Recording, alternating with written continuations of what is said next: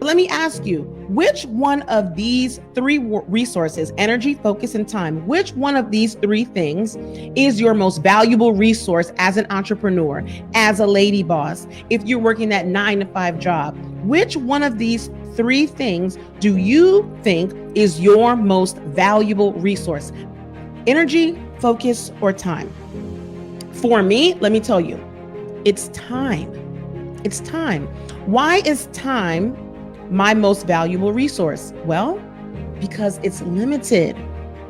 And because it's limited, so once you have lost the time, you can never get it back. Would you agree? So we have 24 hours in a day. Would you agree? Yes, you have to agree. We all know that, right? We have 24 hours in a day. But in that day, what takes away your time? What are some things that takes away, pulls from this 24 hours? Maybe you have a 9-to-5 job. Maybe you have a 9-to-5, right? So that's 8 hours right there.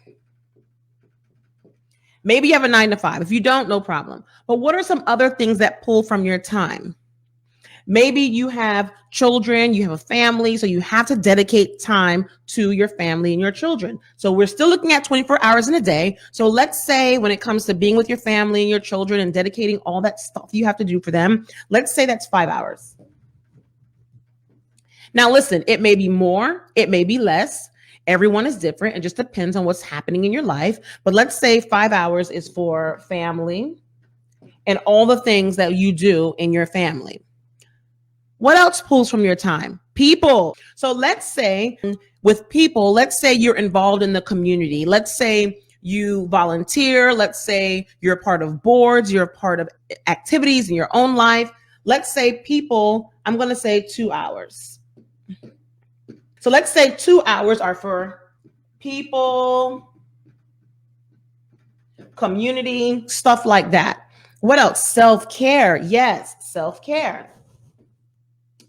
So with self-care, I'm going to lump this in and I'm going to include taking care of yourself, taking a shower, hopefully taking a shower, right? Taking a shower, you're eating, you may have to meditate, maybe you read your word, your Bible, whatever self-care means to you. Let's say that's about 2 hours a day.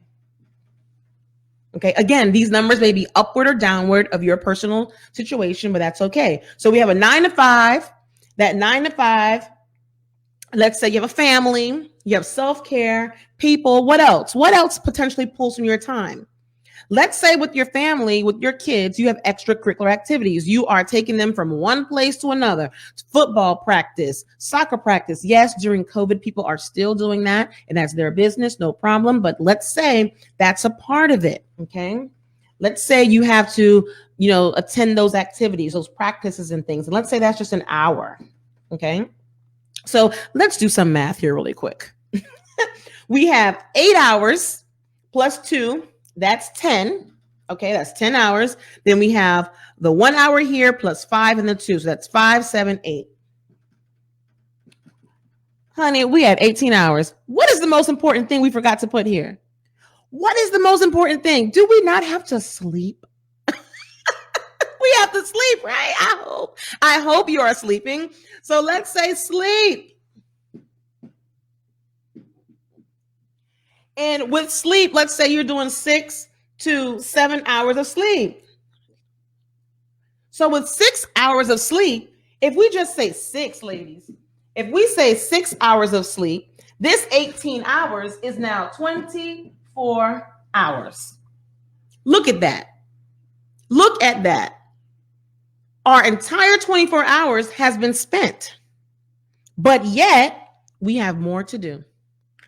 We still are trying to put stuff on our plates. We're still trying to do more with this concept of doing more with less. We're still trying to put more into this equation of 24 hours, but as you can see, there is no more time. You see that? There is no time. So how do you manage each one of these areas when you are limited with the amount of time you have in the first place? I hope that makes sense. So with the same 24 hours in a day that is allotted to every single one of us, we all have that same time.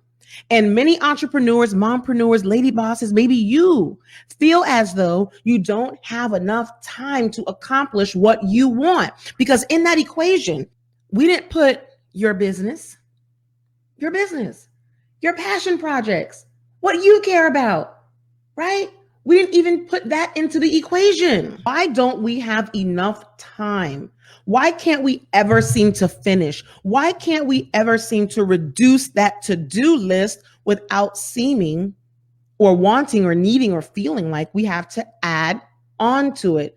Why do you feel as though you have to continue adding to your to-do list when you already don't have enough time to do things that you care about? When you don't even have enough time to fully be engaged in those things that were on the board. In my humble opinions, ladies, there are many factors that play into that equation.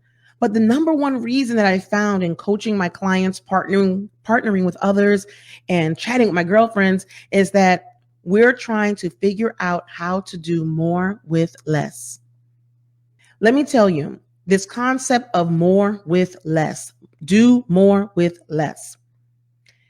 Yes, I am all about efficiency. As a Six Sigma green belt, let me tell you, I breathe and live all things efficiency, streamlining, automation, process improvements. However, beautiful dreamers, however, boss builders, when it comes to shifting your thinking about the concept of time management, this do more with less concept does not apply. You are not a system of automated processes. You are not a system of automated processes. You are human. And being a human, you have factors that time management does not consider. And this is why you are frustrated, annoyed, overwhelmed. You lack energy, synergy, you lack commitment, we procrastinate, and basically we just don't follow through. Time management, ladies, is not a silver bullet.